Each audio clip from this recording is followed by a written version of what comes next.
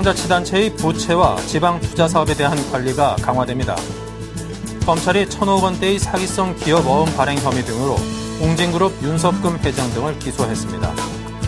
내년부터 중고자동차를 거래할 때 매수자의 실명을 반드시 기재하는 중고차 거래 실명제가 추진됩니다. 내년에 만기가 도래하는 외화채권 한국물 물량이 사상 최대 규모인 것으로 나타났습니다. 네, 시청자 여러분 안녕하십니까. 생경제 현장의 임동석입니다. 수요일인 오늘 우리 코스피 지수는 외국인과 기관의 쌍끌이 매도세에 밀려서 1870선대에 마감을 했습니다. 김종선 기자를 연결합니다. 안녕하세요. 안녕하세요. 네, 오늘 우리 시장 조정을 받았는데요. 마감 시황부터 들어볼까요? 네, 오늘 코스피 지수는 전날보다 1.48%, 28.29포인트 급락한 1878.33포인트로 거래를 마쳤습니다. 미국 연방준비제도 위원들의 양적 완화 축소 발언이 이어지면서 투자 심리에 부정적인 영향을 미친 것으로 풀이되는데요. 전날 뉴욕 증시도 연준 위원들의 발언으로 투자 심리가 위축되면서 하락 마감했습니다. 오늘 외국인과 기관은 각각 1,444억 원, 514억 원어치를 내다 팔면서 지수 하락을 주도했는데요.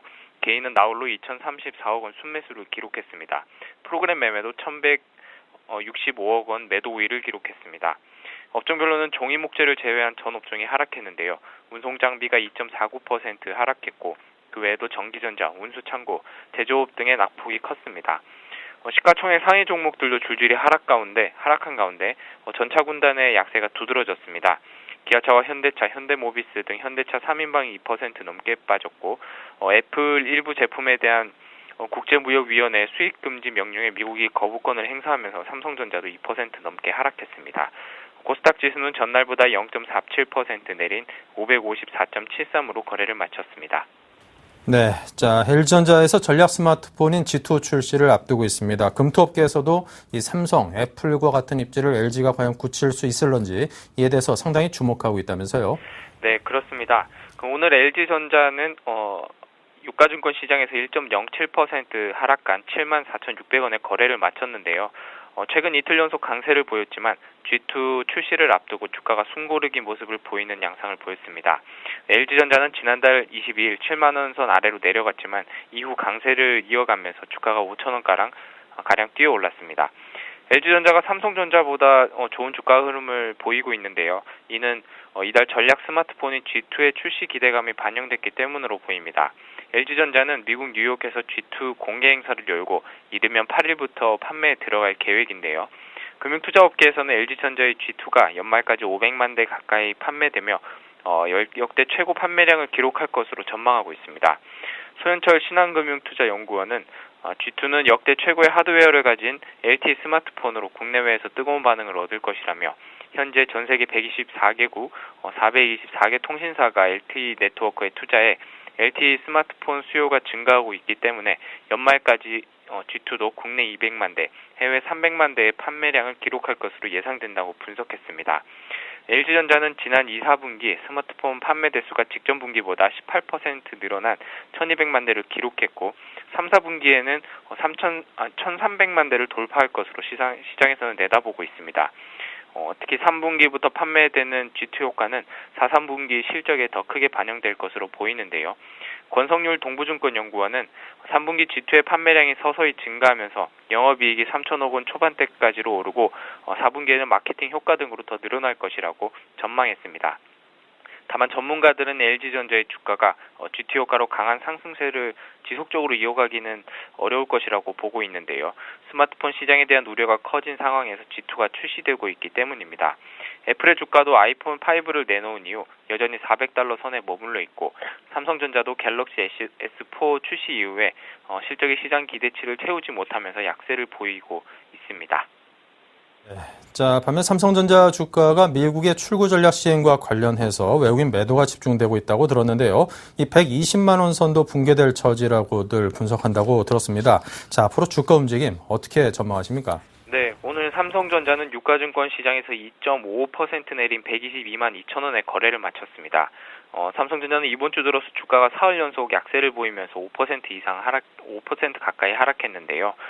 금융투자업계에서는 전날 미국 연방준비제도 위원들의 양적 완화 축소 발언을 하면서 위원들이 양적 완화 축소 발언을 하면서 국내 증시에 부정적인 영향을 미쳤다고 판단하고 있는데요. 특히 외국인들이 가장 많은 비중을 갖고 있는 삼성전자가 가장 큰 피해를 보고 있다는 평가입니다. 외국인은 최근 이틀 동안 약 2,400원어치의 삼성전자 주식을 내다 팔았는데요. 전문가들은 다음 달 FOMC에서 출구 전략이 본격적으로 논의되면 국내 시장이 약세를 보이면서 삼성전자의 주가가 더 떨어질 수도 있다고 평가하고 있습니다. 52주 최저가인 118만 원 선 아래로 내려갈 수도 있다는 분석인데요. 김학균 KDB 대우증권 투자전략팀장은 삼성전자 주가가 떨어지는 것은 출구 전략 우려로 외국인이 삼성전자를 팔아치우기 때문이라며 삼성전자의 3, 4분기 실적에 대한 우려감이 작용하며 국내 증시 전체와 개별 종목 리스크가 겹치고 있다고 판단했습니다. 또 그는 이어서 삼성전자의 추가 하락 가능성을 열어놓아야 한다며 삼성전자의 반등은 외국인 매수세 전환에 따른 국내 지수 상승과 3분기 실적 호조로 시장의 우려를 씻어야 가능할 것이라고 전망했습니다. 네, 지금까지 증시 관련 소식 김종성 기자와 함께했습니다. 감사합니다. 고맙습니다.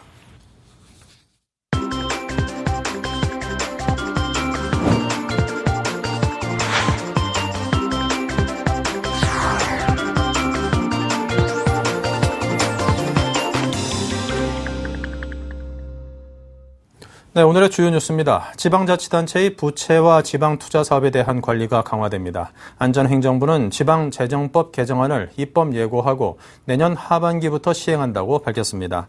개정안은 지방자치단체의 부채 관리 범위를 지자체 부채에서 지방 공기업 및 출자, 출연기관 부채 등 우발 부채로 대폭 확대했습니다.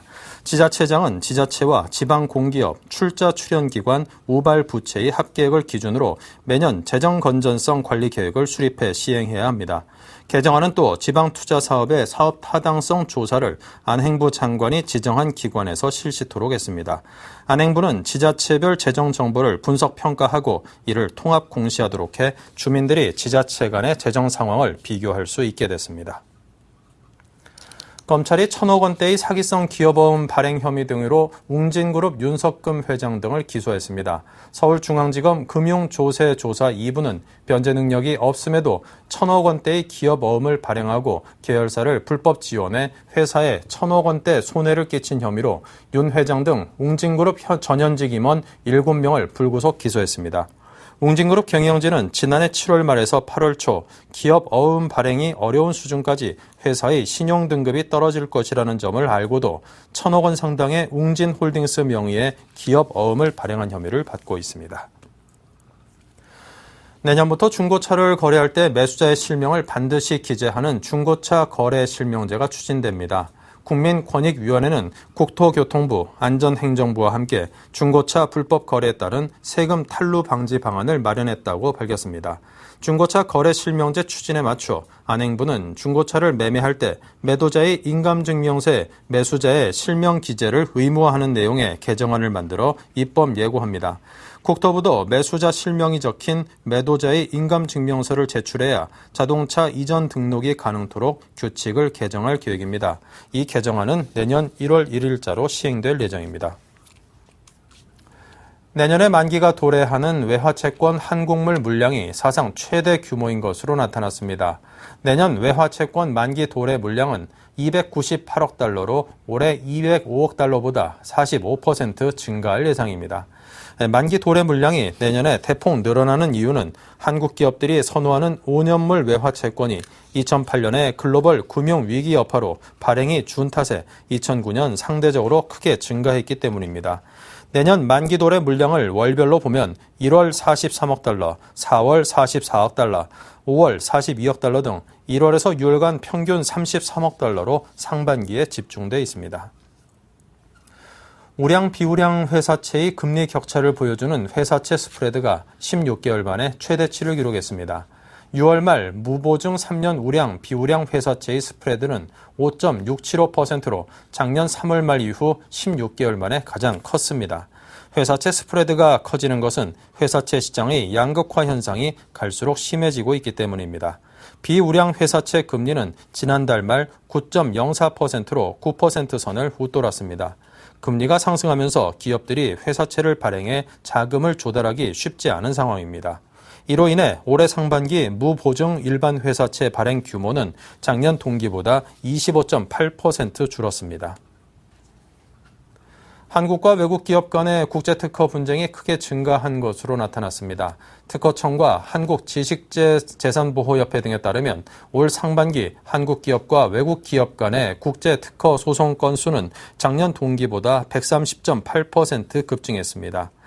분야별로는 정보통신 분야 분쟁 건수가 91건으로 43.3%를 차지했고 전기전자가 73건으로 두 번째로 많았습니다.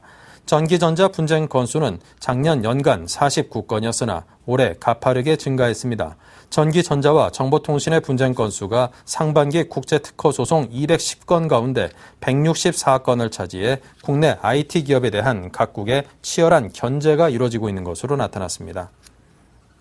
네, 신흥국들이 올 하반기 다시 한번 외국인 투자 자금의 엑소더스에 휘말릴 것이라는 전망이 나오고 있습니다.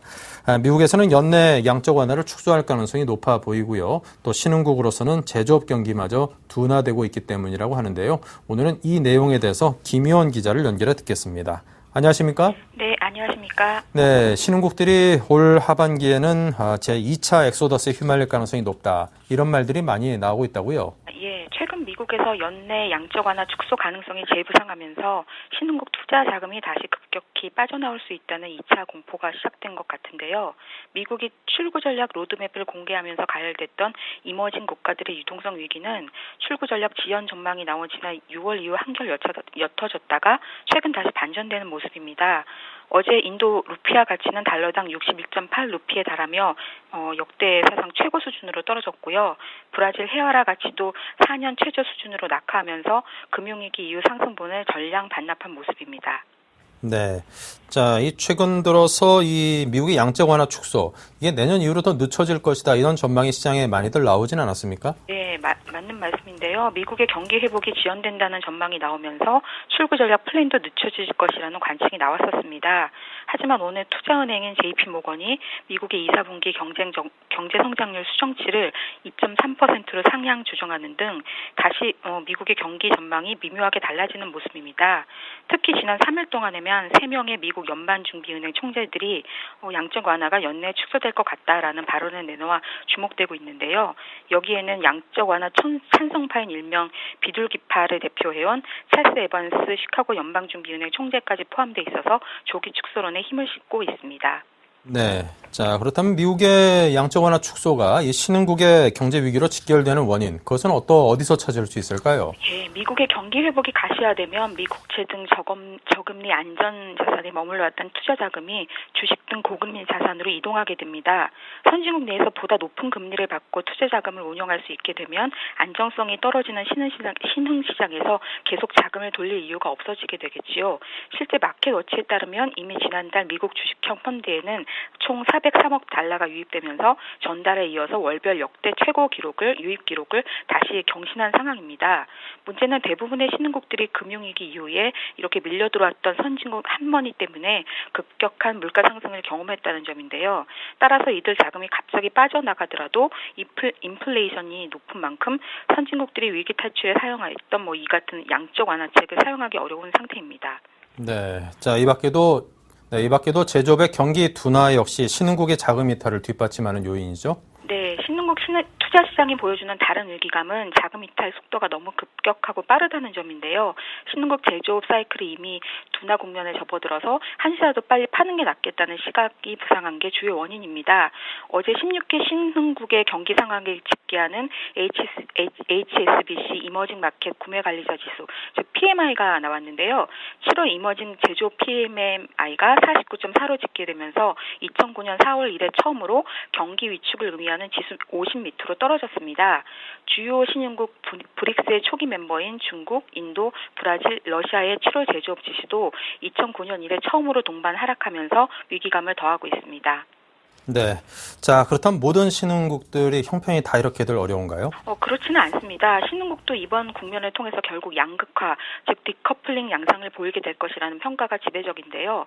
어제 미국 CNBC는 외자 의존도가 높은 브라질과 터키를 가장 위험한 신흥국이라고 분류했고 정부 부채가 높지 않은 우리나라와 러시아는 경상수지 흑자를 이어갈 수 있다고 전망했습니다. 최근 주요 외신들도 인도, 인도네시아, 말레이시아의 경제는 갈수록 악화되고 필리핀이나 태국 등은 상대적으로 안정 사이를 이어갈 수 있다는 시각을 보이고 있습니다. 네, 잘 들었습니다. 자, 지금까지 국제부의 김희원 기자와 함께했습니다. 감사합니다. 감사합니다.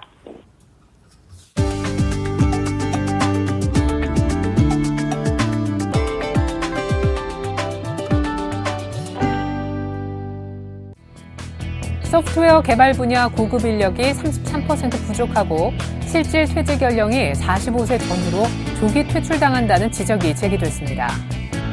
산업연구원은 소프트웨어 분야의 고급 인력인 개발 전문가 미충원율이 33%에 달했다고 밝혔습니다. 웹 전문가 미충원율도 42.5%나 됐습니다. 특히 패키지 소프트웨어, IT 서비스, 임베디드 소프트웨어 분야에서 고급 인력 부족 현상이 심각합니다. 소프트웨어 초급 기술자가 특급 기술자 단계에 도달하는 기간은 약 15년이 소요되는 것으로 나타났습니다. 한편 소프트웨어 기술자의 실질 퇴직 연령은 45세에서 46.4세로 일반 제조업 연구개발 기술 직군보다 5년가량 이른 것으로 나타났습니다. 소프트웨어 기술자의 직무 수명이 짧은 이유는 기술 수명 주기가 3.9 내지 4.7년으로 짧고 재취업 곤란과 과도한 업무, 저임금 등 열악한 근로 환경 때문인 것으로 지적됐습니다. 삼성전자는 화면 크기가 6.3인치인 스마트폰 갤럭시 메가를 국내 이동통신 3사를 통해 차례로 출시합니다. 갤럭시 메가는 국내에서 출시된 스마트폰 가운데 가장 화면 크기가 큰 제품으로 동영상 등 멀티미디어 콘텐츠를 이용하는 데 적합한 제품입니다. 상하 또는 좌우로 화면을 나눠 두 가지 응용 프로그램을 동시에 이용할 수 있는 멀티 윈도우 기능도 갖췄습니다. 삼성전자의 콘텐츠 스토어인 삼성 허브를 포함해 동영상과 전자책, 게임 등을 내려받을 수 있습니다. 애플리케이션 프로세서는 1.7GHz 듀얼 코어 부품을 장착했고 운영체제는 안드로이드 4.2 젤리빈을 적용했습니다. 색상은 흰색과 검은색 두 가지 종이로 출시되며 출고가는 70만 원대 후반으로 책정됐습니다. 디지털 위성방송 KT 스카이라이프가 젊은이들에게 일자리를 제공하고 중소방송 채널 사업자들에게는 우수인력 채용 기회를 제공하는 프로그램을 운영합니다. KT 스카이라이프는 콘텐츠 창의 인턴십 지원 사업을 추진키로 하고 오늘 광화문 프레스센터에서 21개 PP사 대표와 협약을 맺었습니다. 이번 사업은 전문성 있는 중견 PP가 다수 참여해 인턴 지원자가 원하는 업무 체험 기회를 제공하며 정당한 보수를 제공하는 등 수요자 중심으로 운영되는 것이 특징입니다. 석 달간의 근무 기간을 마치면 우수 수료자 5명을 선정해 3박 4일간의 해외 연수 기회까지 제공합니다. 지원 분야는 프로그램 제작 및 편성, 시사 보도, 방송 기술 분야 등이 있습니다. 맞춤 양복인들이 기술 및 패션 정보를 공유하는 세계 주문 양복 연맹 총회 서울 총회가 어제부터 소공동 롯데호텔에서 열리고 있습니다. 이번 총회는 휴머니즘 패션의 재발견이라는 주제로 전 세계 23개 회원국에서 약 600여 명이 참석했습니다. 총회는 오늘부터 내일까지 이틀에 걸쳐 진행되는 양복 명장들의 경진대회인 소상공인 기능 경진대회와 앙드레긴 패션쇼, 양복 작품 전시 및 세미나 등 다양한 행사로 채워졌습니다. 특히 중소기업청과 소상공인 진흥원 등이 공동 개최한 소상공인 기능 경진대회는 전국에서 70명의 양복 명장 등이 참석해 맞춤 양복 제작 기술을 뽐냈습니다. 참석자 중에는 73세의 최고령 선수 등 평균 양복 기술 보유 35년 이상이 된 명장들이 참석해 눈길을 끌었습니다.